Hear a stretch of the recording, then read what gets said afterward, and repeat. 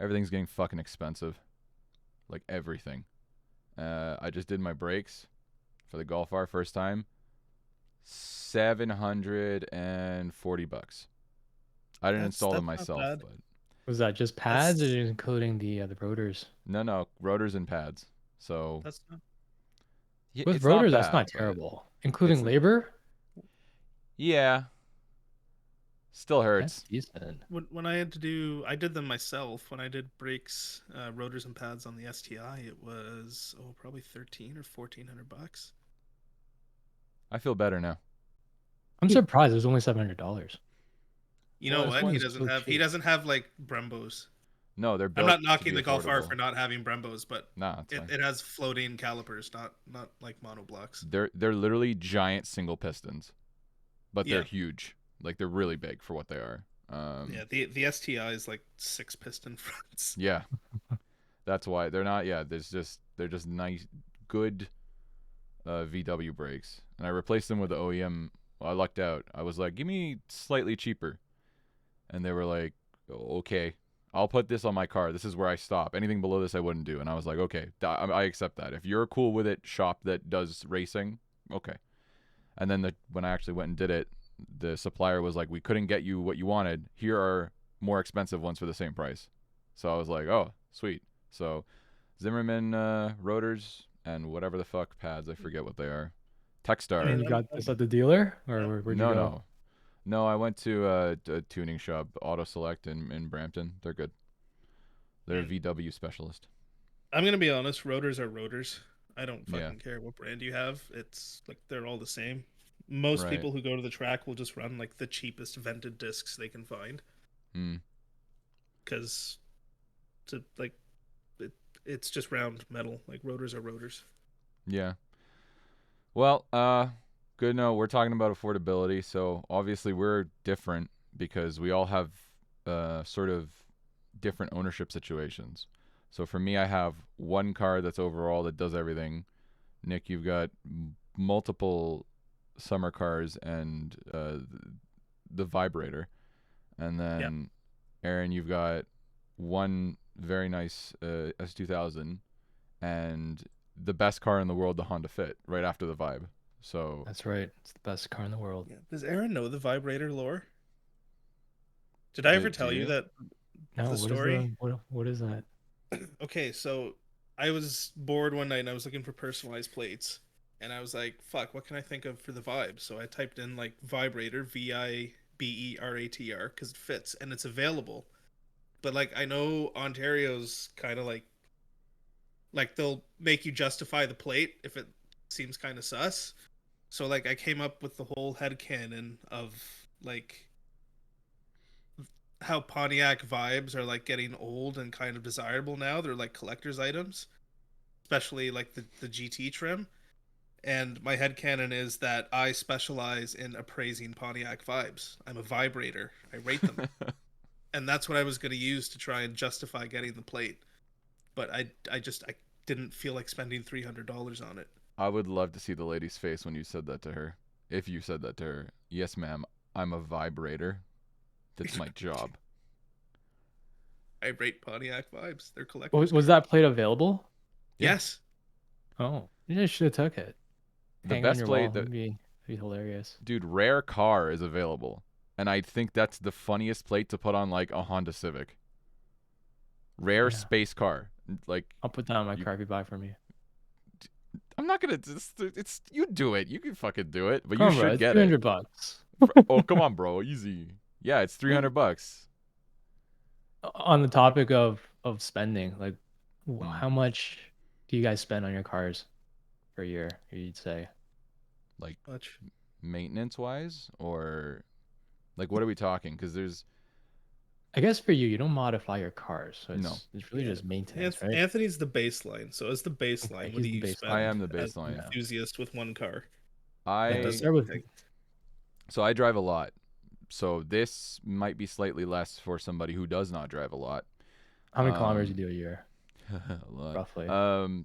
Right now, we're recording this in February. In 1 month, I'll have owned the car for a year.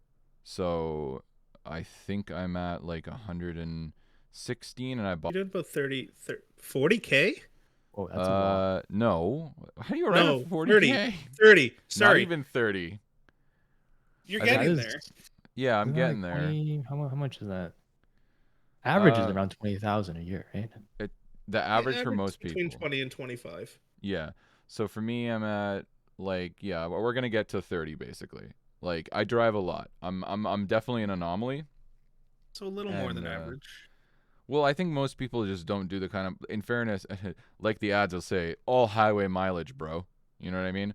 But for me, yeah. So there's obviously gas, which if you drive a small turbo engine, you'll be fine. I don't think it's going to be more expensive than driving a Honda Civic by enough of a margin that it's a deal killer, right? But one tank of gas, I probably go through a tank of gas a week, maybe slightly more. So I'm going to say it's probably about $85 a week in gas, which is not too crazy, right? That depends on you because I'm commuting at great distance. As far as maintenance items go, just did the brakes as we were talking about.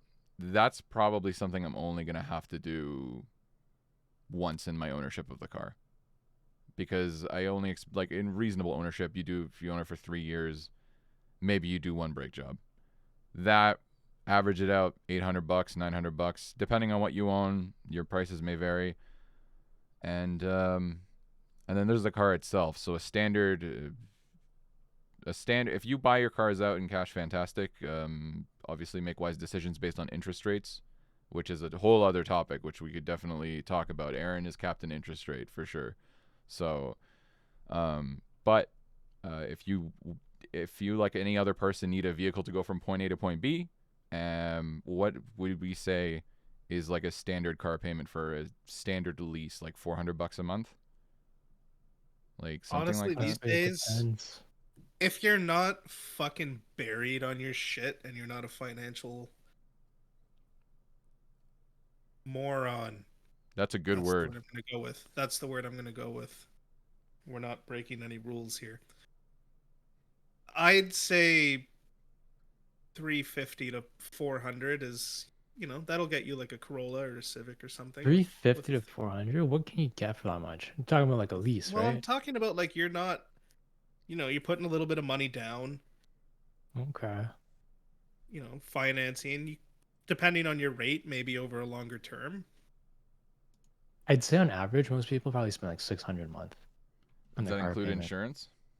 Oh, not including insurance. We probably get fucked on insurance. So Oh no, I was just talking strict car no. payment. If you're including insurance, Yeah, I mean insurance is a like hard one, that's right? that's Because that's tough to say because like you yeah. can live in Brampton and you have a mortgage for insurance, or you can live where I do, and that's true. it's So So I so think how much would you say is reasonable for you guys to spend per I month think for transportation? Yeah. baseline for having a reliable commuter to go from point A to point B that is a new lease, probably $400 on the payment alone. Like I think that's like where you start, and I think it goes up from there. I wouldn't necessarily tell someone to spend more than that if they just need a car from point A to point B. I think that's pretty stupid. But I think like I'm done with my car, but I think for a little bit it's like $700 a month. But like it's my hobby, right? So like Mm-hmm. yeah, I it's don't similar with the Supra. right. So it's like I don't need like I don't do anything else. So like people have hobbies they spend on whatever. Some people are foodies and they go out to restaurants way more than we do for sure. That's their thing, right? So yeah, I already am gonna pay $400 for the baseline like basic fucking Honda Civic or something in that vein.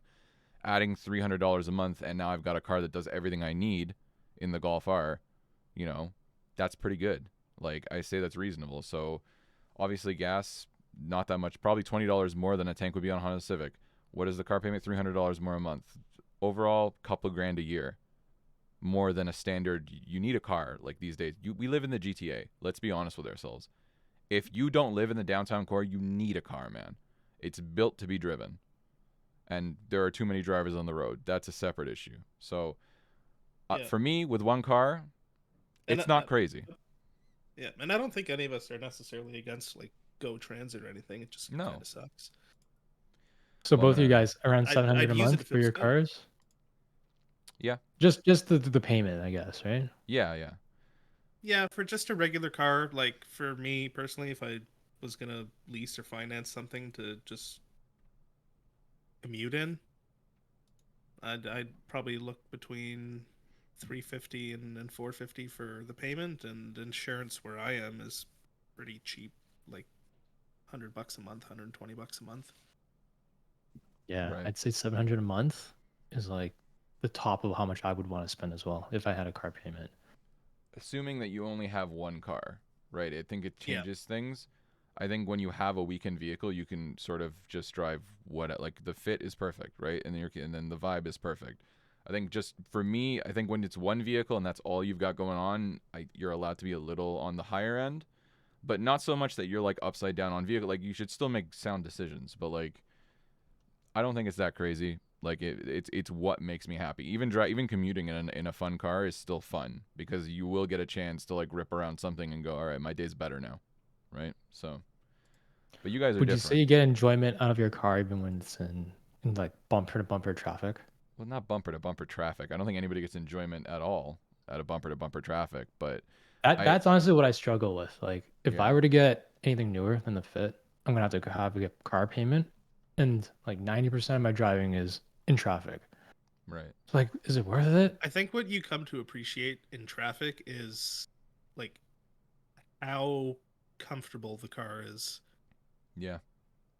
So Yeah, I Is yeah. that's what really shines in traffic is how comfortable and how much it isolates you from just the noise of being in traffic. I just pulled up Right. just for reference. I just built a new GTI, just a base model GTI, just to see what that looks like, which I think would be a entry level, slightly fun car to own. Um, Yeah. $0 down, 48-month lease, $560 a month. Which for something decently fun, that's not fucking bad. You don't gotta put any money down, and it the whole time that you've got it, it's taken care of. Nothing's gonna go wrong because they gotta fucking fix it. It's their car at the end of the day. If you want to drive something new and fun, I would like. It's not that out there.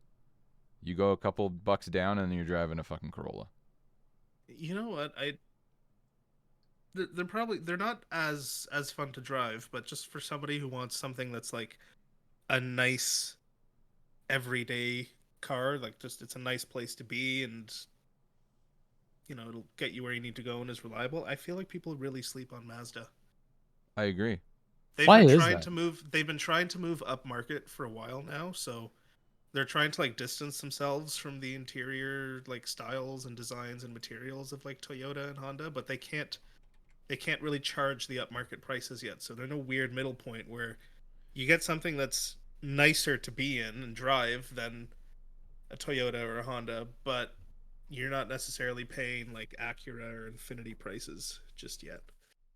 Why is that? Is it because Mazda is missing that heritage? Like no racing heritage? Yeah, it's Like, basically like they're I don't know. slowly trying to build a customer base that's willing to pay more money for their product, but they can't alienate the customers that already buy their cars. Yeah, I Yeah, like remember looking going to at look cars at that one. have no interest at Mazda. I don't know what it is. It's I think it's hit. I will say if I think we've talked about this in the past, Nick, but if I would love to own like the top trim Mazda 3 like with the turbo engine as like a daily. Like that's a great daily vehicle. I think visually I think they look great. I don't know like if I would want it to be my only car because at the end of the day like I think it's not a CVT, right? It's a torque converter because you can't get a manual on the top end one. I don't remember what transmission it is. I know it's the top trim is auto only, but Yeah. it's all wheel drive and it's the turbo engine. And yeah, like I agree. I wouldn't pick it as like this is my only car and my fun car, but like if I had a weekend car, Right. it would Oh, it would be a great option for a daily. I think it is a torque converter. It's a 6-speed automatic. I don't think it would say that. It would say CVT, right? So, It would definitely say CVT if it no, was I a mean that's CVT. pretty good. Like, but so that's like one end of it.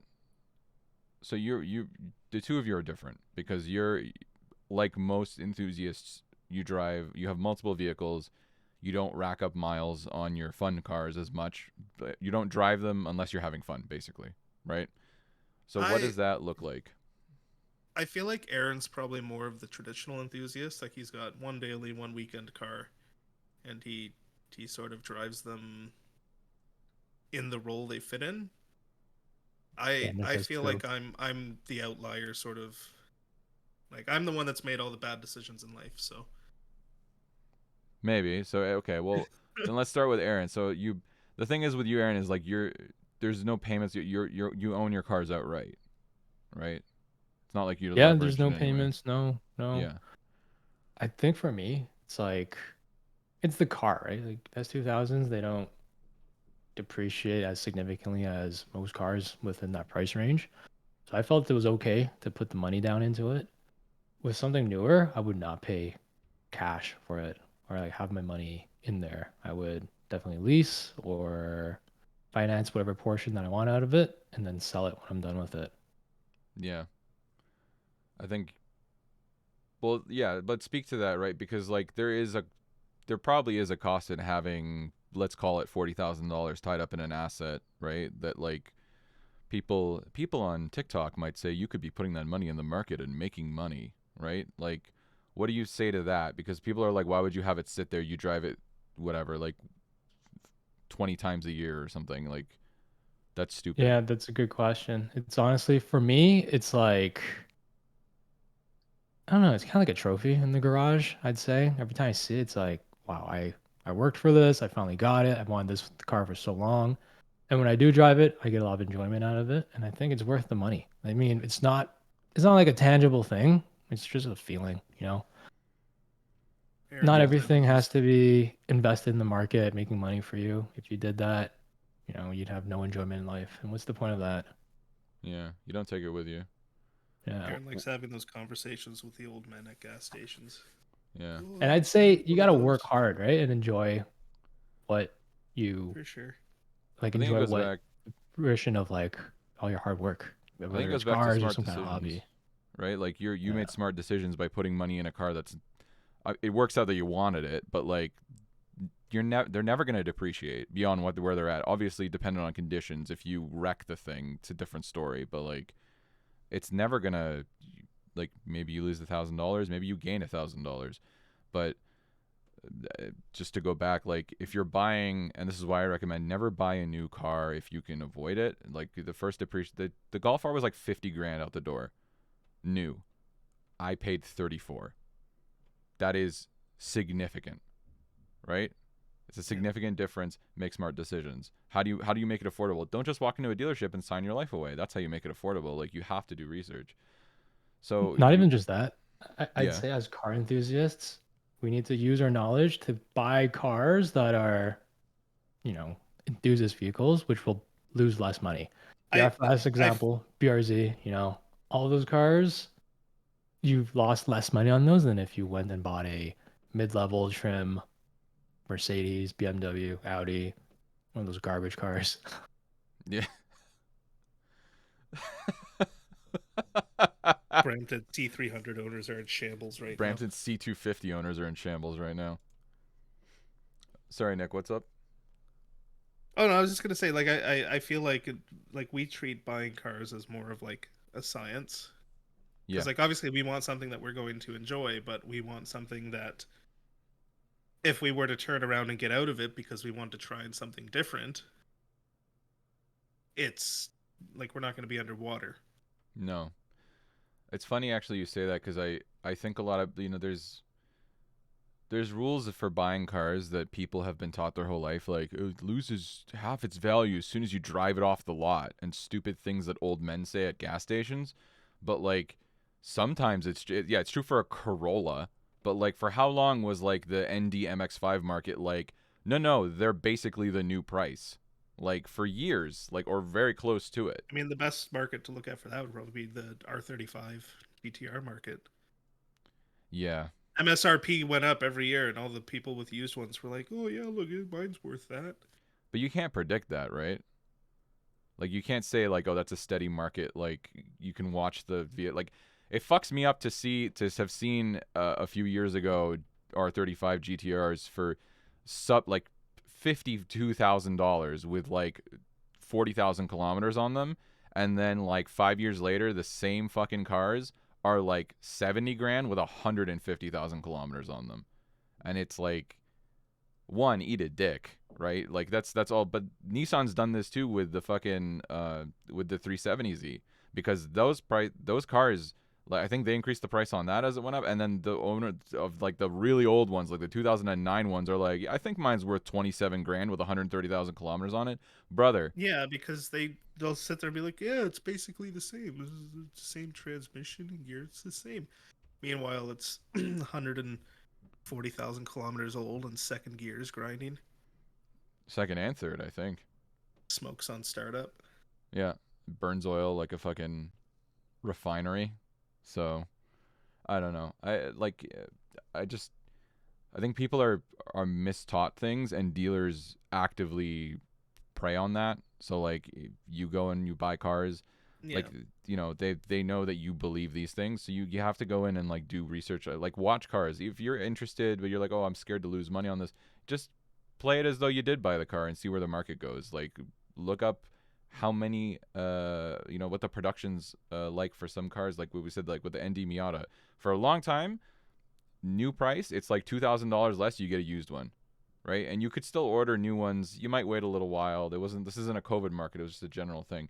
If you look at like the GR86, like if you could get on a list, you're still gonna get full price for the fucking car. Like if you have a premium trim, maybe they're starting to come down now actually, but like for a number of years, you were getting right near what you paid if you were to sell your car. So I don't know. That's a different thing though. So like that's if you have one car and you could just buy something, drive it every day. What about purchasing? Nick, you have many fun cars, many purchases. You made a lot of interesting Made decisions. lots of horrible decisions in my life.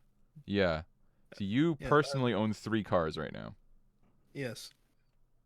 Yeah, I own the Vibe, which is my beater. I have the Supra, the 2023 manual, and I have the MR2. And then my girlfriend has the STI, which by extension may as well be mine because I do most of the maintenance on it anyways. We've said this a And number of times. It's like a yeah, dream garage, huh? yeah, you like, you know, 13-year-old me would be so happy. Um, but yeah, like I'm probably the outlier in what I have, but at the same time, like I bought the MR2 when I was 15. I'm 30 now for reference, so I've had it for literally half my life. Um, and when I bought it, like nobody fucking wanted MR2s. I paid 3,500 Canadian dollars for it. And then I, over the course of 6 years, put about 40,000 into it. So, if anybody wants like a TLDR on what not to do, that. Um, and then the Supra, that was like, because I mean, you guys both know, but I was looking for Porsches. I was looking at old like 996 Carrera 4S's, 997.1 and .2 S's and 4S's, and 981 Cayman S's. And I was pretty well dead set on them, but then the prices really went up during COVID, which everything did. But when Toyota announced that they were going to put the manual back in the Supra, it was like I can get a brand new, manual Supra, or what would have been at the time like a 7-year-old Cayman or a 20-year-old 911 almost. So I don't know. I feel like that was probably a more rational minded decision, even though both are expensive. Let's Um, just pause here for a second. You said you spent 40 grand on the MR2 and you've owned it for yes, 15 years, correct? yes. You know how much that is per year? I just ran the numbers real quick on Excel. That's $2,000, I 2,666 a year, Yeah, $222 a month that you've yep. spent on that And thing. and we'll top that off with when I was working during the summer between 10th and 11th grade. Um, I only made like a few grand, but my options at the end of the summer were: do I buy an air to water intercooler, or do I buy $1,500 worth of Bitcoin at like $7 each? And I bought the intercooler. And then I never ended up using it. I sold it Oh, at a loss. You'd probably would have sold the Bitcoin after you probably like tripled it in its value, to be fair. Would And you you have know held it what? for I this still would long? have come out ahead. Yeah, So that's fair true. enough. either way, it's a loss. That's bad. Nick is the true car guy here. As far Yeah. as losing Pure money though, like dedication. what do you if you sold the MR2 right now with because it's done, like it's a project car that is actually done, right? Like Mhm. it is fully, let's say, maybe not restored, but it's built up, it's nicely painted, all said and done. You're probably what, $45,000 into the car, like with initial purchase as well. Yeah, probably about that. If I sold it today, I could maybe get 30 for it because at the end of the day, it's like even with the swap and all the work that I did, it's still a high mileage chassis. It's a clean chassis, but it's a high mileage chassis, and that matters to people. But at the very least, it's a left-hand drive chassis, and Right. everything on it is a quality part. But I still spent $40,000 on a $3,500 car. That's just not really a great idea. Um, at the end of the day, but No. it was over the course of many years, and it's like I don't know. I always justify it as like like that's the car I'm gonna get buried in, more or less. Like I have always wanted one. I've always liked one. I bought one when I could, and I built it exactly how I wanted to. I learned how to do everything on it. Like short of actually spraying the paint, I did everything myself on that car. So it's like like Aaron said, he sees the car as a trophy. Like I see it as like I did all of that. Like that's what I get out of it. That's my trophy, is like I built that. So Yeah. I can actually go to car shows and be like, "Yeah, man, I built it myself." Because I did. I wish I had your passion for something that deeply. But You you do know your what? own work. It's it's fucking draining to do a build like that. Like it was on jack stands forever, and like it eats weekends. You finish work and you're just going to do more work for free. I feel like YouTube has romanticized that whole car build thing. Like Of course I'd it love has. to do it. It seems like a great idea, but I feel like once I get into it, I just want everything It's done fast. Like I can't wait. it's one of those things where like you really need to just have the space to leave something there and just be able to live with it there and live your life around it. Yeah. Right? Yeah. Like I left my car, the MR2 just lived at the shop while it was being built. When I was at home, like it wasn't in the garage, I didn't see it. I only saw it when I went to go work on it. So like I'm very out of sight, out of mind, so I just wouldn't really think about it during the week. And then like Friday would roll around, it's like, oh fuck, I'm gonna go put the engine together this weekend, I guess. Yeah. And over the course of a few years, everything got put back together, and I had a running and driving car. And then I don't know, like I feel like a lot of people, they watch builds on YouTube and they think that it's like a 30-minute process, but like it isn't. It's a very long, drawn out process, and like anything that can go wrong is likely going to go wrong, and you're probably going to end up at the end when you start the car, it'll run, but something isn't going to be right, and then Yeah. you're going to have to chase those sort of like um post project issues. Like I had a handful of them that I spent like 3 or 4 years after it was done chasing. Oh my goodness. No, I agree though, because it's like I think it's a good, in a weird way, it's a good transition because from affordability to like the idea of affordability and like what you can actually do with the like, one, time is a fucking currency. Let's be honest with ourselves, right? Like Yeah. it's not just that you're doing the work yourself and like, oh, you bust your knuckles and like, it's a pain in the ass, you crick your back. It's also that that's time that you could be doing other stuff, right? If you dedicate, maybe you, and it's money too, right? So like you dedicate a month to something and you have all the parts there, yeah, you could do it. You could build a car in a couple weeks. But who the fuck has that kind of like, a lot of people have a lot of money, Yeah. but not a lot of people want to spend all that money all at once to get something done as quickly as possible and then be like, "Oh, I'm enjoying this." Like it's Yeah, going to like suck until it's done, yeah, right? like Like when I was building the MR2, I didn't realize how much I spent until I got to the very end, and insurance was like, "How much is the car worth?" And I went through all the invoices and receipts and added it all up, and I was Goodness. like, "Oh fuck, that's not good." Yeah. And then even since then, like when I replaced the turbo and everything, and with all the work, like I've probably put another 7, 8 grand into it since it was quote unquote finished. Yeah. Like that's I don't know, like project cars, they're done, but they're never really done. Between maintenance and all the little things you start changing, like they never really finish, and you really have to like you really have to love the platform that you're building, and you really have to understand that like the money is gone. You're never going to get it back. Yeah.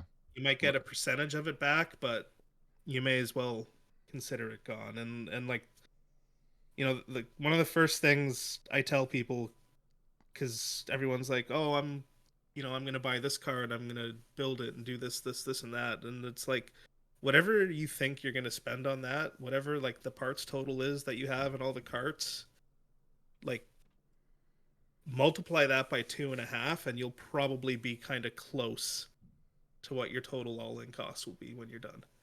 honestly, I want to be way meaner than that.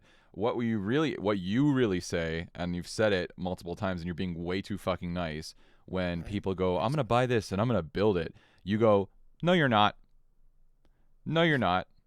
Like My let typical response is to say, "No, you're gonna say you are," and then after it spends 2 years on jack stands, you're just gonna part it out like everyone else, because that's normally what happens. yeah. I don't know anybody that's really built a car to the level that Nick has with the MR2. Everyone just does bolt-ons, wheels, suspension, And there's nothing maybe wrong with has some that. component parts. Yeah, like That's it. there's nothing wrong. The Supra, like when I bought the Supra, the whole thing was like anything that I do to it, I need to be able to undo in a Saturday afternoon. Yeah. If it's longer than that, it's too much.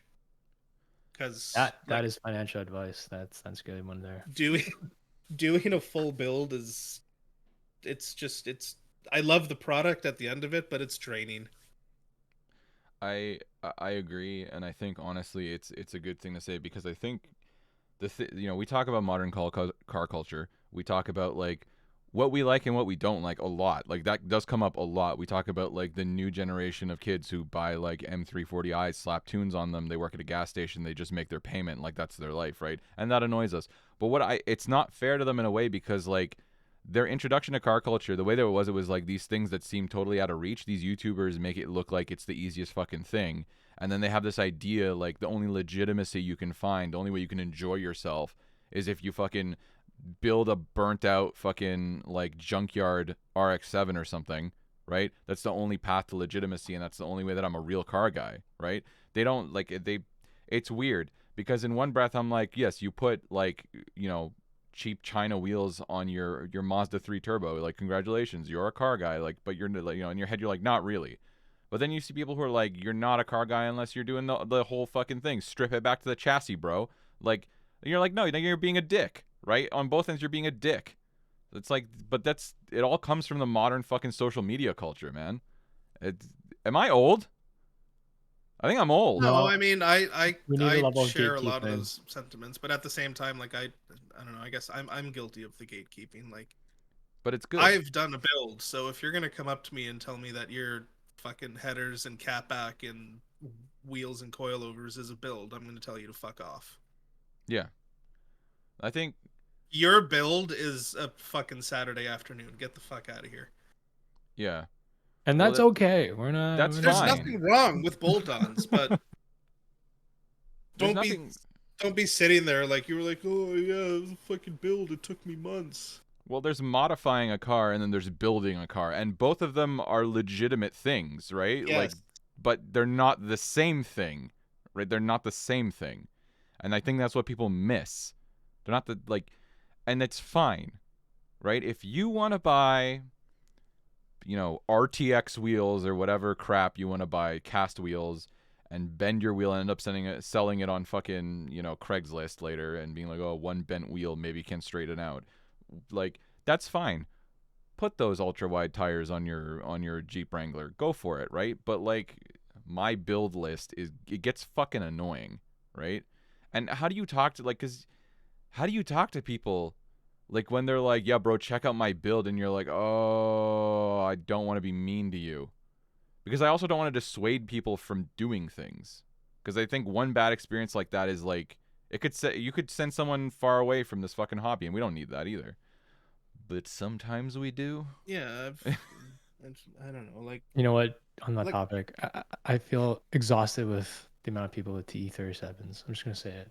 No, I've always been exhausted with it. I think they're cool. I think if you own like a fucking old JDM car, go for it. But like, I don't know, man. I just They buy do a look TE. good, 28's he's talking but shit on all the TE owners now. that's Yes, right. That's right. yeah. Your legitimacy.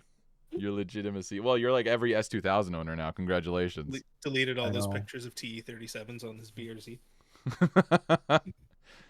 I I I agree though because it's the same vein as the modifying thing. It's like there's a template to modify now, and where are your TEs, bro?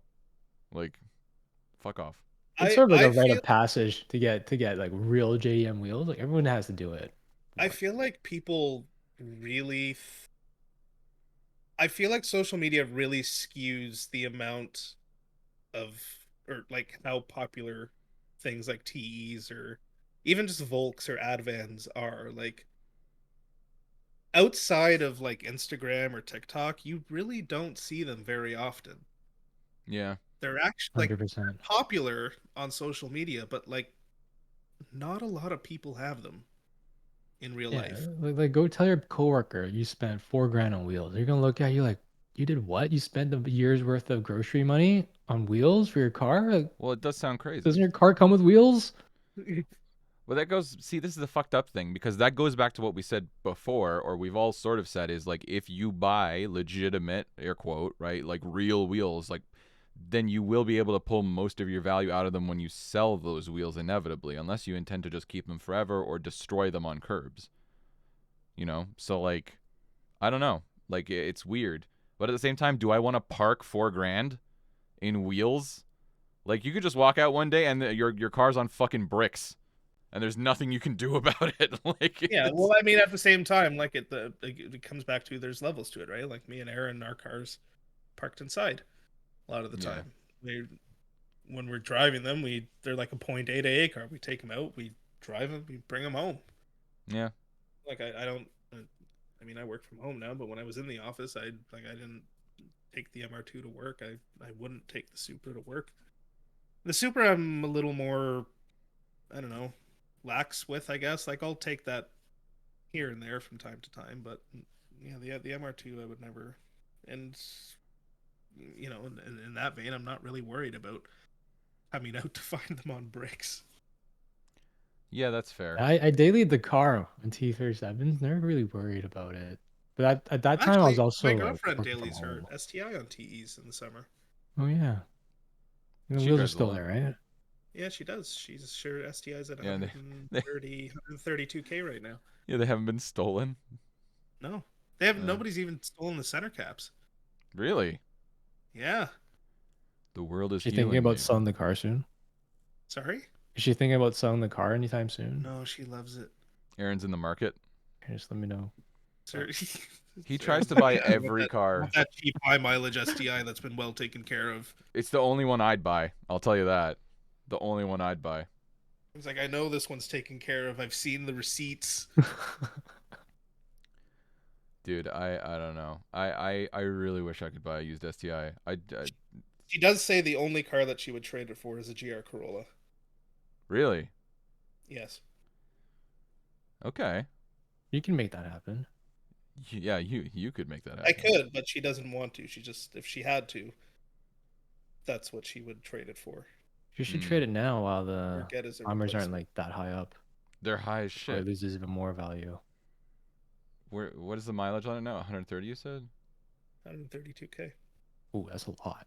Yeah, what are you talking about before the mileage gets up there? It's already up there. Yeah, Next fuck it. year, Just drive to the next year, ground. yeah, next year's probably going to be timing belt, timing belt and water pump. Wow. Fuck, man. I think I think she's the only one who drives more than me that I know personally. Well, Like, she drives less now, but she used to drive a lot. Easily for the first few years, about 30K a year. Yeah, because it's a 2020. It's the last one, right? It's like the last one. I think they made it 21 too. Second last year, 2020. probably. Yeah, they made 2021. Oh, is So it a hers is the 2020? second last year. Yeah, hers is 2020. Okay. So that was a 2021. I was like, hey, it's the last one, and she's just gonna fucking go to town on it. I think honestly, like buying an enthusiast car is just going back slightly to the money thing.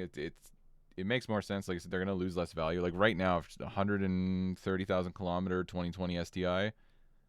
What are we talking? I could probably sell it for mid to high 20s. Yeah. Maybe low 30s if I waited. I could probably find a sucker to pay 32 or 33 for it. Don't call them a sucker. We're trying to entice people to be car people. You're like, I hope find a loser, a stupid bitch. Well, no, it comes back to be smart with your money. If you want to overpay for something, believe me, somebody will sell it to you. Yeah. Okay. Well, that's the car salesman in you. It is. You want to buy it, I'm here to sell it. I think You- it's sound advice to always buy the highest trim that you can, like WRX STI, Golf R, Fit Sport. You know, they always hold their value better than like They anything Had to else throw that's Fit in the Sport class. in there with the Spit Golf Fit R and the Sport. Yeah. That's FTI. right. It's exactly the I'm same. glad you Same got thing. that. Definitely. I agree with you, but I think like I will be honest. Like the reason that I don't like I joke, but I genuinely do not trust used STIs because I feel like most STI owners, you like 75% of them, they wanted a WRX. Or sorry, they wanted an STI. They can afford a WRX. They can stretch to an STI, but oh fuck, we gotta kind of defer maintenance now. And like all of them, like kind of fucking give me that vibe. Like there are so many STIs with fully blacked out headlights and taillights for sale right now for like 2K under MSRP. I would not touch that with a 10-foot pole, you know? So, I don't Yeah, and know. it's like the EJ is it's like I don't know. I've had no issues with hers, but there's no getting around it. It has its quirks. It's a little bit temperamental as far as engines go, but everyone wants to own an STI on a WRX budget, and then they're like, "Oh, I'm gonna tune it, and I'm gonna put an intake on, but I'm gonna tune it after it's installed." And then they wait like 10,000 kilometers, and like, "Oh, I'm gonna go do donuts in the parking lot in the snow," and they fucking starve it of oil, and then they're like, "Oh, why is it knocking? It's a Bro, fucking if they can unreliable piece of afford shit." And it's an like, what do you intake and mean it's like an unreliable piece of shit? Like, you didn't take care of it, and you starved it of oil. Like, what do you want? You that put person that an can extra afford 8 pounds of boost through it. The fuck do you mean it's unreliable? that is Sorry, yeah. true. If they can afford an intake, yeah, what Aaron's saying. Sorry. Yeah, if they can afford an intake, then they have some money. I think the most sad Well, looking I think you're builds. forgetting about a firm, man. Like, people will just fucking put whatever they can on credit. Oh my God. I'd like to have somebody on the podcast here that is affirmed Like, has like affirmed their I car really parts. think we I underestimate the amount of people that are like affirming their mods. dude, I there's like part of me that like has this fantasy that like everybody sees that on sites and they're like, who would fucking click that? But we both know, well, the three of us know, so excuse me, that fuck, they're clicking that shit big time, aren't they? Yeah. Well, Like like, man, like I'm in the super chat like on WhatsApp, and it's like it's the weirdest shit because there's some people in there that are like fucking everything is on Affirm and credit, and they're like leverage have a to the monthly bill tits. for their fucking tires, Do they have a referral code? Are they just like referring each other? That'd be and hilarious. then like I don't even know, bro. I don't even want to fucking. I'm not talking to those people You don't anymore. talk to anybody who affirms. And then there's other people in there that are like, they'll just drop 30 grand on parts in a weekend, and they'll be like, "Yeah, I'm gonna send it out to get done. It's parts for 30 grand. The work is 15. My Ferrari will be here in March." Yeah, well, that's a completely different customer, man. Like that's I know, it's like those are the extremes to it. it's weird that things really are extremes in the car community. Like you do have like the rice rocket clapped out, bro. My build, I cut the muffler off my Civic, and then you've got people who will spend $30,000 to get their Supra just the way they want it and then maybe barely drive it. So like I just couldn't imagine. Like what is the interest rate on a firm? Like 35%? Like what is something crazy, right? Oh fuck, I don't know. It's not cheap though. I've It's never not low. clicked that button, so I don't know. I don't. I've neither have I. I've seen it there. It lurks, but I've never explored it. It's like And like I buy everything on my credit card, but I pay my credit card off every 2 weeks. So I'm not fucking paying 30% interest on shit.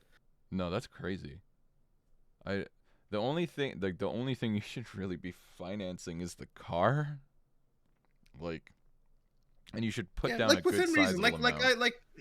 Like I always justify it as like, you know, my bills are paid. I'm able to put money aside into investments. I have a rainy day fund. I have liquid funds just in case, Yeah. aside from my rainy day fund. And I'm still able to save money on top of just doing all of that. So, you know, yeah, I could put that towards a car because I'm still doing fine otherwise.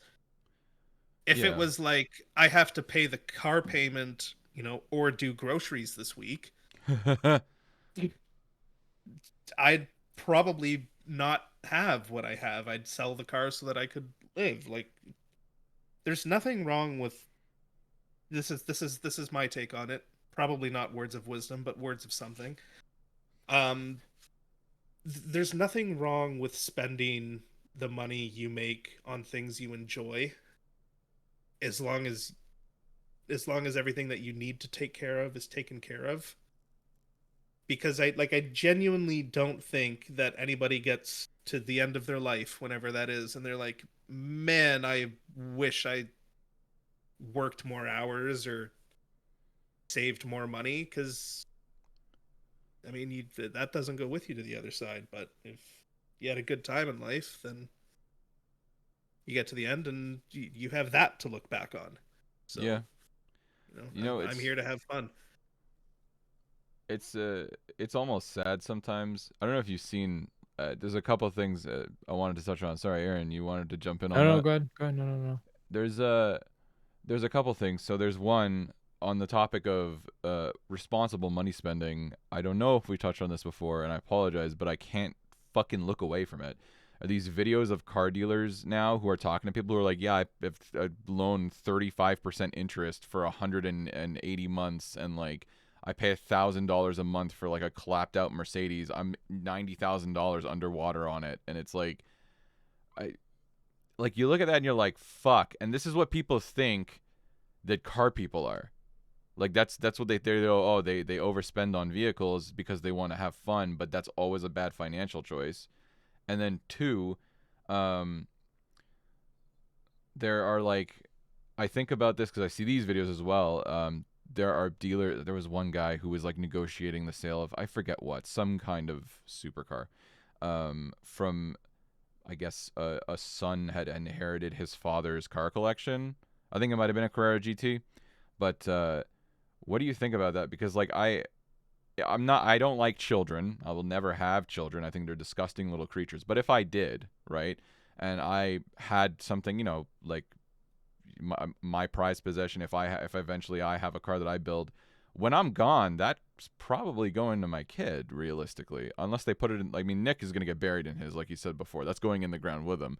But like, Well, I'm what not do you having guys? kids, so I have nobody to Right. give it to. So, well, we'll just have to will it out to somebody, I guess. So it has to go in the ground with you, then, is what you're saying. Become the community MR2.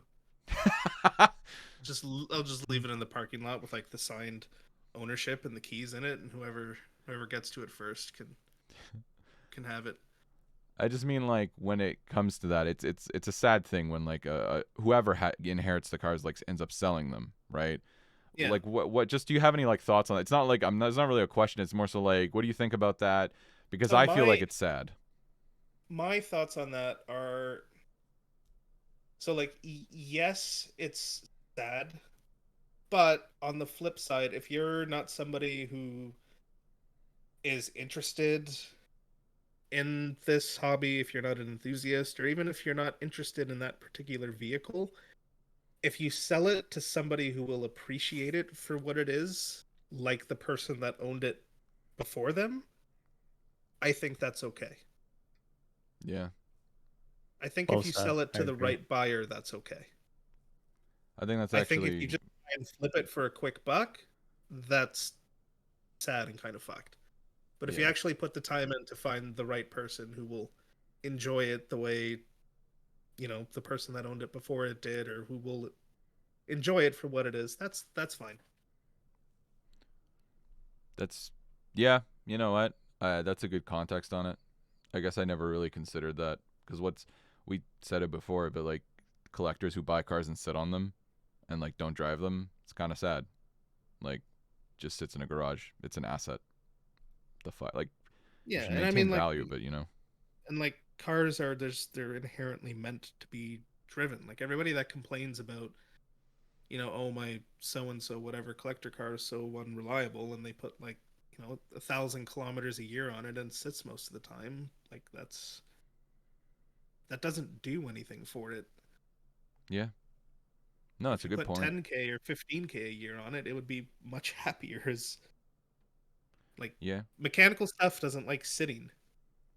Well, yeah, seals like to be oiled, especially like Exactly. you need to have the fucking oil flowing. Like even storing cars in the winter, like I had that little thought. I'm sure it's not that big a deal, but like I think about that because like do you start your cars in the winter like when they're Nope. stored? Nope. Nope. Neither of you do. I I have like my storage ritual, I guess, where fill the tank, put it on the tender, fuel stabilizer, and just leave it till the spring. Mm. Because here we go. Uh, starting your car and not letting it get up to temperature is bad for it because it can cause condensation to build up, but also idling is not the best for cars. Like there's a reason why like police forces or whatever, they track idle hours, because when your car is idling, that's when you're most likely to get like fuel wash and dilution of in the oil. Like Yeah. cars like they like being on the move, driven under load. Yeah. Plus if you just start and idle your car in the winter, like the gearbox, their transmission isn't getting up to temperature. Like you're just diluting your oil with fuel, and the engine will get up to temperature eventually, but nothing else is really doing that. Yeah. No, I've Essentially a waste of gas. you don't. So neither of you start your cars in the winter. And Nope. Nope. all right, well, okay, that short answer. Nope. There's one last thing I wanted to touch on, and I feel like let's with some positivity, like a nice thing, right? Because we've been pretty well, pretty negative, but like, okay, a nice thing though. I I don't like. Wait, that's a negative. Whatever. I don't like the chase that social media puts people through. I don't like for example, right? Um, an FRS, a BRZ, or GR86 never enough. You need a Supra, right? Like this is like probably more so for the young guys, but I think if you buy a decent car and you maintain it decently and you know don't I don't know clap it out like and you enjoy like if you buy an NA Miata you can get one for like 10 grand like or less, right? And you can enjoy the shit out of it and like have a good time and no one's gonna bat an eye because you're just a guy in an NA Miata, you know. You I don't miss need when to those were spend. $1,500. Sorry. I miss when those were like $1,500. Dude, you and me both. You know how many of those I would buy if they were still $1,500. The whole market's fucked. That's that. I hate that that's over. I hate that I can't buy an MR2 like you did for $3,500. But it's neither here nor there. But I think the point is like we're talking about spending money, right? In general, right now we're talking about what it costs to do what we do. Now, okay, my car, mid 30s. Aaron S2000 about 40. Your car's what is it together like 100 and it's a lot, Are we right? going by MSRP? Let's go MSRP. Uh, fuck, I don't even know what the MSRP of a Vibe is. No, okay, I okay, mean, whatever. You're over we'll a just hundred. let's just say around 100, I Yeah, guess. you Yeah, don't that's you don't need all that. The point is you don't need all that to have fun, and yeah. like if the advice to the young guys, find something that like is easy to modify, it's easy to maintain, like things that you can do yourself is a big thing. I used to do my own shit, like my brakes on my car. It sucks on a daily, but if you buy a cheap weekend car, you should do that, right? Like it's not gonna kill you to learn to do these things because it brings down the cost. Labor is like half of the cost of like most of the shit that you need to service on a car. So I think one thing worth mentioning is if you have a like a goal, or I don't want to say a halo car, but if you have something that you're trying to get to, an whatever it may aspiration. be, aspirational car, like, you want to have an M3, don't buy a 340i and try and make it an M3. No. Don't Don't buy buy a Civic and try and make it a Type R. Just wait until you can afford an M3 or a Type R, because you're otherwise just wasting money and setting yourself up for failure. and don't when we say wait, at least this is me, that doesn't mean do nothing. That means buy what you can afford and enjoy it because there's still good in it. There's still you still have fun with an SI Civic. You'll still have fun. But yeah, Or just don't enjoy it for what it is. Don't exactly try to don't in, make it what it's not. Don't that's upbadge it. that's the point. Don't do that. Like enjoy it for what it is cuz the SI Civic is still a legitimate like entry level like decent car to like drive around and have a little bit of a good time with. That's what it's for, right? So like, but don't do that.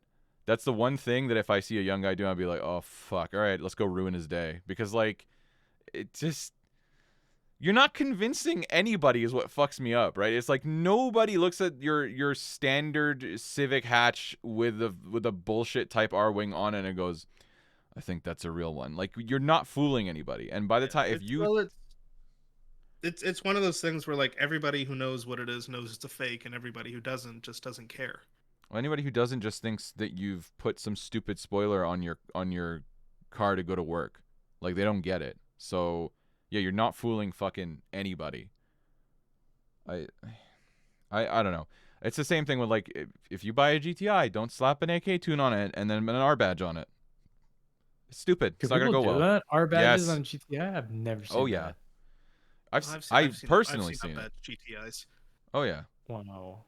It's the thing. I've seen Like upbad GTIs. there's nothing wrong with the GTI. That's fine. You paid this amount of money for this amount of car. It's good value, right? That doesn't fuck, man. I don't know. It's just like I just can't Aspirational stand it. cars are supposed to be aspirational. You're supposed to want to do better to achieve them, not do the same and stretch yourself thin and pretend you can actually live that life. Well, it all goes together. Like It if all you goes if you together. want to own an M3, then that can be your aspiration, and to do it properly, make yourself better to the point where you can afford an M3. If you can't for a little while, but you can, swing a 340i or something else that you like, there's nothing wrong with that. You know, buy what you can afford, like honestly afford, and still pay your bills. Enjoy it for what it is, and when it's time to reap the rewards of your labor, then trade up. And if you make the smart choices, like if you buy at the bottom end of a depreciation curve, if you then it's not I'm not saying that it's that simple. It takes research, but like any good financial choice takes good research. You're not going to just you can't throw shit at the wall and expect to make a fucking Picasso. Like you got to put the work in, and that includes doing your research and it includes starting small. Because making small mistakes on a piece of shit JDM car, not imported, but you know what I mean, like a fucking like an old Miata, is way cheaper than making a fucked up mistake on an M3. Way cheaper. So I think it all just goes back to make fucking smart choices. It's so easy to get carried away when you're dreaming and aspiring for things, right? Because we all want it. Even us, the three of us, we haven't reached what I would say is the peak of our car ownership journey. I like to think, right? It doesn't end at an S2000. It doesn't end at a Supra, and it doesn't end at a Golf R, right? But you know, we're not gonna up badge M cars. We're Put a super definitely badge not. on the MR2. I think you should definitely do that. Actually, I think you should start doing that. I think we should actually take the badges off. You should put the Mark IV wing on your Mark V and try to pass it off as like a legit JDM car too. I think that would be really cool. Everybody would love it. That's what every single Mark V owner does. I know it's fucking corny, man. I don't like it. And then they'll get it wrapped in orange, and they'll put the fucking the Oh, Fast and Furious we should talk about graphic that on the next side. time. It's a we That's should talk awful. about that next time. I love this. I love to see stuff like that sometimes. But you ever in a bad mood and you see someone with a fucking like Fast and Furious tribute car and you just think to yourself, I fucking hate you. Like you're like, Oh, the worst is when it's like not the right trim of car. Like I went to a car show um back in the summer where somebody showed up in, like, remember the Evo from Too Fast Too Furious? yeah, But they had like, the color, the graphics and everything, but it was just like a Lancer like ES, like a base model. lovely. So like it didn't have like the wide front and rear fenders. It was just a riced out Lancer. Which, like, if a Lancer is all you can afford, again, nothing wrong with that, but just enjoy it for what it is. Just there's nothing wrong with it. Like it all comes back to the fucking social media chase. Everybody tells you you're not good enough, and everybody wants you to like. Aspiration gets Somebody's confused with always gonna faking have it. more than you. Oh yeah, no, like don't, dude. Could like all of us could probably stretch and afford cars that are like way beyond what we should be purchasing. That would be a bad choice, and you shouldn't do it. But a lot of people who flex on social media and use that as their main way of like convincing people that they are legitimate or making money, or they are YouTubers who can just recycle it because it's just content. A lot of it is tax write-offs.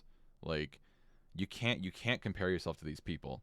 You shouldn't compare yourself to anybody, but that's an impossibility. It's just But you're saying impossible. that's the source of up badging? It's social media? I don't think it's social. I think Is it that makes is it that is that the worse. real pandemic? That's the real. That's the real fucking pandemic. Yeah, No. social media has definitely made like debadging and upbadging more prolific. Oh, can I slide Because in like on I that? don't know, like when you're younger, you make stupid decisions. We all made Yes. stupid decisions when we were younger. Like if I had more money when I was younger, I'd be fucked. But like it's like every time you see a debadged or an upbadged car, like what is it? It's usually somebody who's a little bit younger. Yeah. You're just No. you're more impressionable and prone to make stupid decisions, so because you're trying to find where you want to fit in. It's And if you're a car enthusiast, you want to fit in with the people that have the nice shit, but you can't afford the nice shit. But you can kind of make it look and sound like the nice shit, maybe a little bit, but everybody knows that it isn't. I Again, nothing wrong with that. Just every debadged car is. It's not. I like. It's not a fucking M3. Like, there's no reason. Why would you debadge an M3? It's not an M3. Everybody knows it's not an M3. Kevin, like, put the fucking badge back on. Christ Almighty. Evos are the worst. Like, well, not Evos, but like Lancers, especially the fucking the rally arts. the rally arts, dude. Don't even forget rally arts. People are fucking. They're debadging base Lancers, like the 10th gens, and then they're doing the fucking like fender for. They're cutting it out and fucking stamping like the fucking vents, and they're like, "What do you think?" I'm like, "I think it's not a fucking Evo." Like, what do you fucking mean?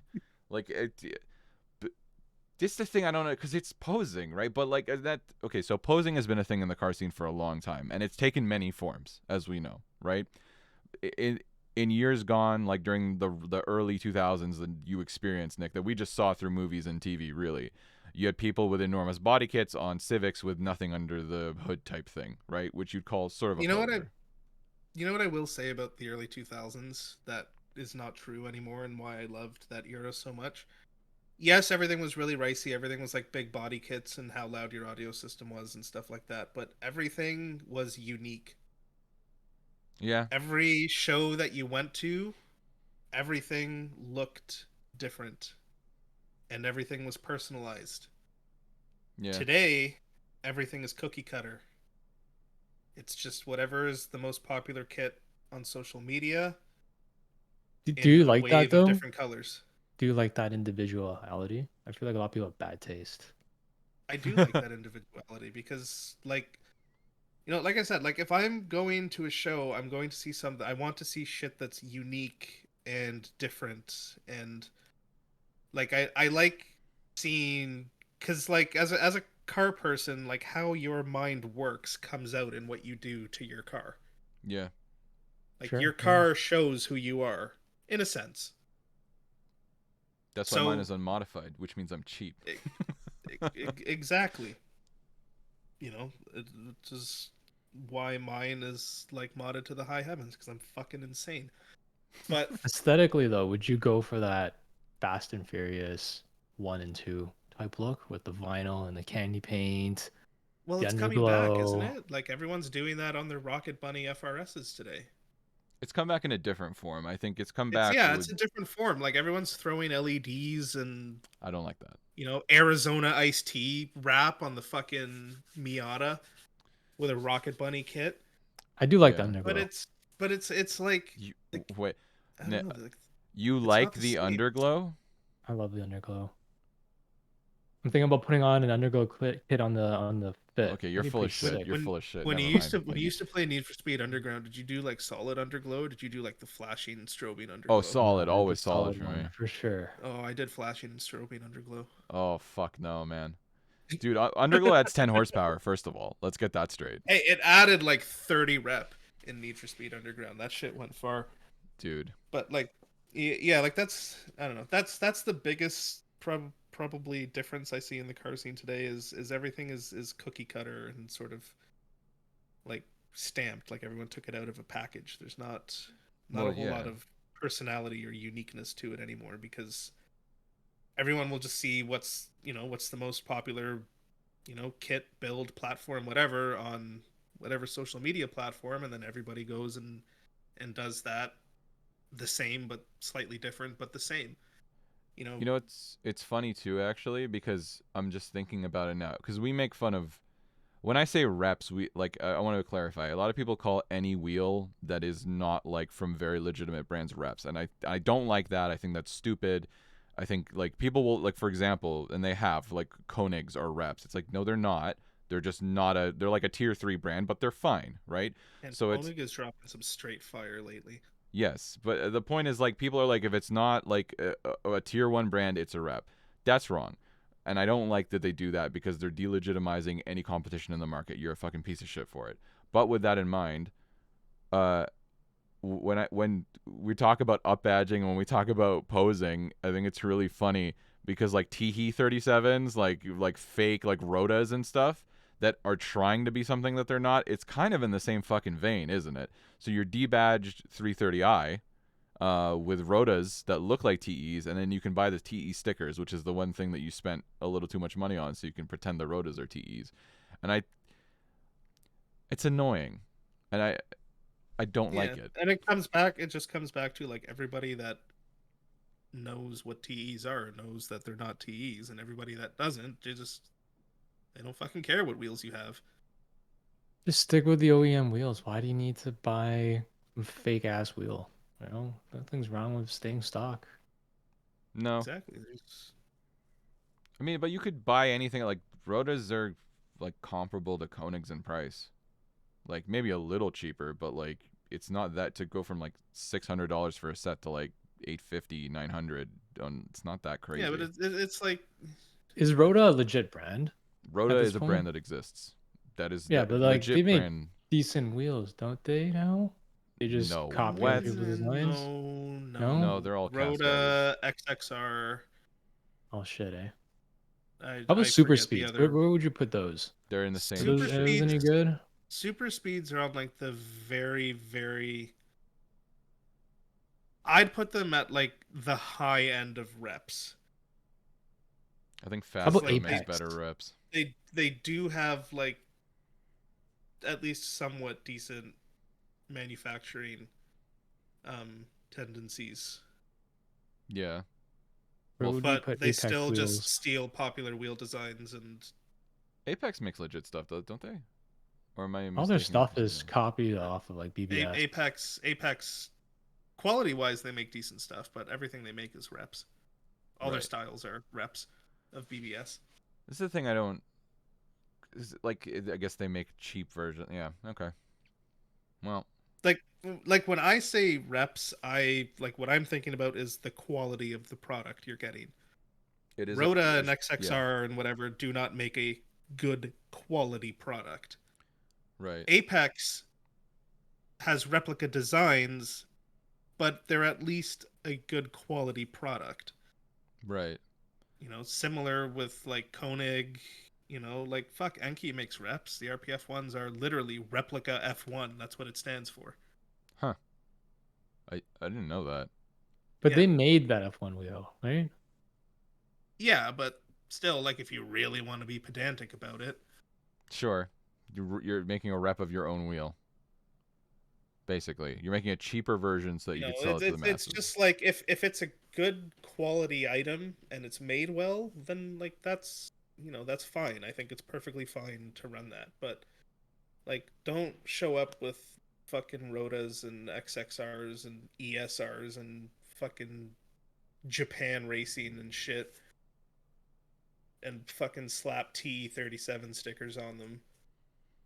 No, that I think that's what it is. People don't like people who are disingenuous. I think in general Or is the can or point. cansays or consays, however the fuck you pronounce those. Yeah, those are pretty bad.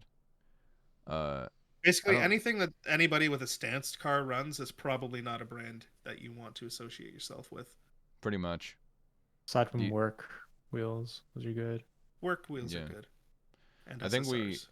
I think we need a long form discussion about stance culture, but that's definitely not something we can dive into this time because honestly, there's a lot to say. Because in a fucked up way, I kind of like it, but only for like a second. Well, let's get It's into weird. it. Let's get into it. What? Stance cars. Let's do Okay, it. let's do it for 10 minutes and then let's wrap it so we're not too long on it. Do I we like it? Like, do you guys I are don't you like guys a it. fan? I don't like I it, but I like it a little bit. Like I sometimes you see them and you're like that does look pretty good for a moment, but they're shit to drive and I like to drive, you know? Yeah, I think the designer in you likes it because like it closes that wheel gap and it looks Yeah. sort of like a It concept looks I like car a don't almost, concept right? car Well, hold on. Okay, let's pause done for 1 properly. second.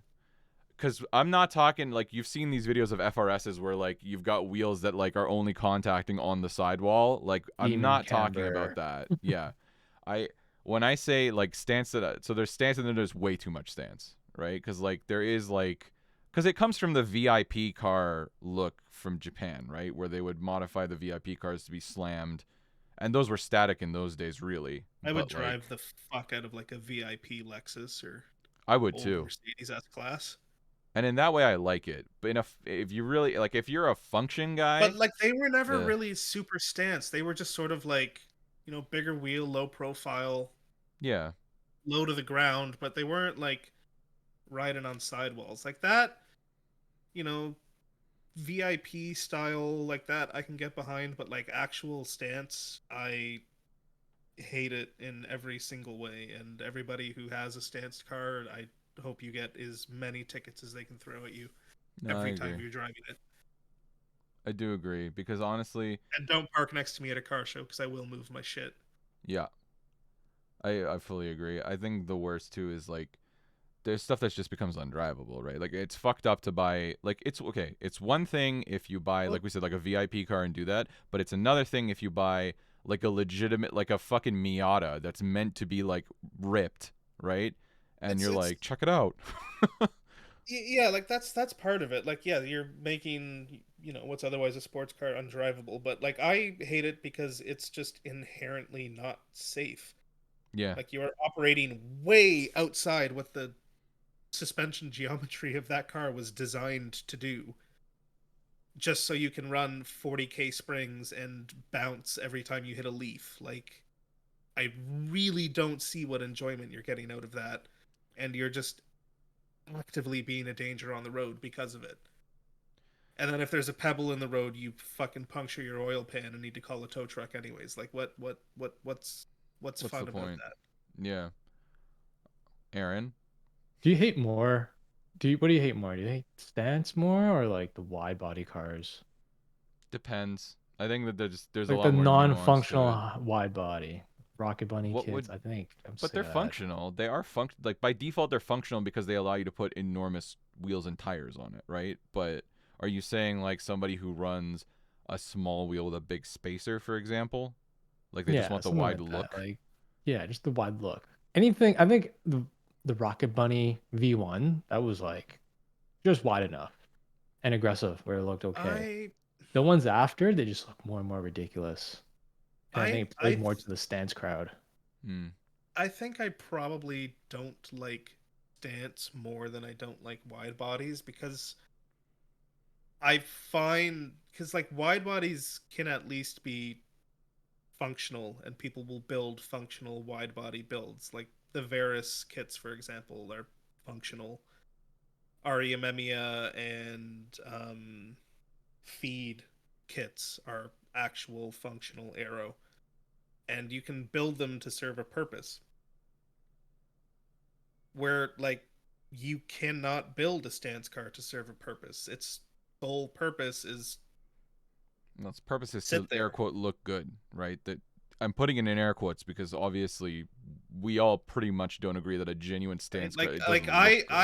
I think stance is like that is the current evolution of what was the like sex spec styling of the 2000s. Yeah. Yeah, I could see Because that. those cars like they weren't fast, most of them didn't handle well. They were just, like how good can it look parked? Everybody had candy and pearl paint. Everything was painted, even like the speaker surrounds were color matched to the car and it was like how many Ugh. TVs and shit can you fit?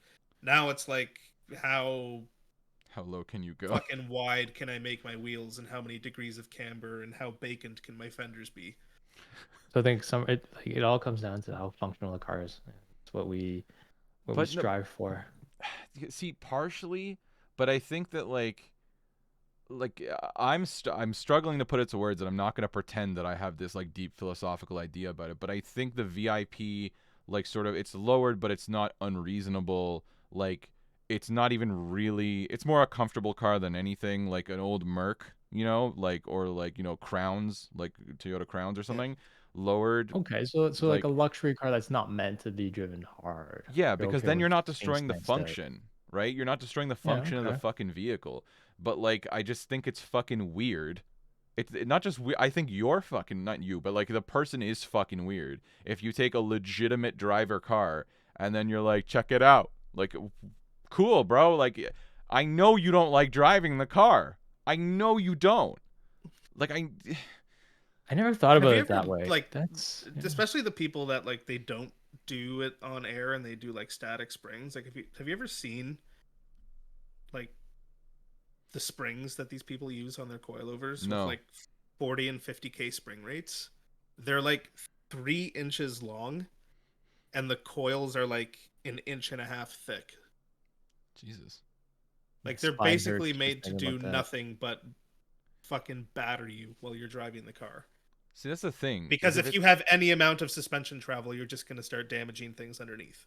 I also want to clarify, if you're on air, it's definitely less of a thing, right? If you're like, I could do this and I can do that, I am less upset about it. It's not what I would do, right? But at least like there is some function left. Like I know air has gotten a lot better and you can actually drive it reasonably, but like, I'll I'll I'll leave it at I like VIP sort of for like the same reason I like old like 90s and 2000s supercharged Jags. Like they look slightly villainous yeah, and like they just whoever's in them is probably just like a little bit shady. A nice right. person but a little bit shady and like they probably haven't made all of their money entirely legitimately So what you're and that's saying, okay. That's allowed. like the What is young the kids say, modern it's equivalent of aura. that? What of that It is it specifically? is it is the Aura. Oh, I The don't know. I modern What's don't the think I've equivalent modern seen. of the car? Jag. Yeah, of like something that's like VIP vibe. Doesn't have to something be that slam, but that something that you gives you see a somebody little driving, edge. like, oh, this guy's not legit. Um, That's I tough. know, I know exactly what it is. It's tints that are too dark, right? But not for me, like to see you because let's be honest, when a car's got really dark tint and it's got a bright color, it looks quite good. Like it looks really good, right? It really sets off the color, but you know that they're a little bit of a piece of shit for having that dark Gotta of be a a car. tint. It's gotta be a car. Oh, it has to be a car. I thought it was It's just a gonna It's be a gotta be a style. car. car. Okay, well the VIP is a style. It's not a car. But yeah, you see somebody with an A LS modern 400 slam. VIP. Yeah. That's the thing, Huh? because like you're limiting yourself to more big body cars because they were always like full size luxury Yeah. sedans or like luxury personal coupes. So I still think that it's Like, what like has a villainous look that's kind of modern, I'd a say. villainous look. a You're not gonna like my villainous look answer. that's kind of modern. You're not gonna like my What's your answer. answer? I don't like my answer. I think it's the newer Genesis G70s. Look, visually, I think they look fantastic. From the front, they do genuinely look villainous. The updated ones, I think that they've got a certain look to them that makes me go, this guy bought a problem. I gotta Actually, look up what this the car looks like. 3.3T is not bad. Like that engine is probably the only good engine that Kia Hyundai has ever made. God bless their hearts, but I guess the fucking Modern N engine isn't so villainous bad. looking car. I'd say probably the, like Mercedes S-Class Coupe or the That's like GT. classic. That's like classic But that's like, VIP. yeah, that's classic, man. This is the Yeah, thing. I You would want a modern one? say, I would say, in black, Alfa Romeo Giulia Quadrifoglio. Ooh, Ooh, that's a good one. That's a that's a really villainous good looking one. car in black. You know what else? I think you've got a point because I think the 4C in black also quite villainous. I think Alpha has a villainous styling to them. You know what? Because you're a little bit scared. Like you spent $80,000 on an Alfa You know what it Romeo. is? It's because they're Italian, and Italians just aren't quite legitimate. Any country that shuts down every day for lunch to have a coffee and a smoke I mean, can't be fully legitimate. I agree. I mean, it's hilarious because we're like Italy. So basically, what you're saying is everybody who owns an Alfa Romeo is in the mob. Yeah, well, he just made a face. Yeah, Gotta pay the repair bills Yep, somehow, I that's guess. right. fuck. I think that's a good point. You But know like what? all jokes aside, I genuinely think that like the Giulia Quad in black is a villainous looking car, and another one that I think is a villainous looking car. Again, in a dark color, has to be black or something. Volvo V90R. Ooh, yes, I agree. Okay, yeah, that's a good point. But okay, With but those like with how like the modern? Thor hammer headlights. What Like a what? modern V90R, like a current. Yeah, even that rear view is like quite villainous Okay, with I that agree with tail you. light that's in like Yeah, the L.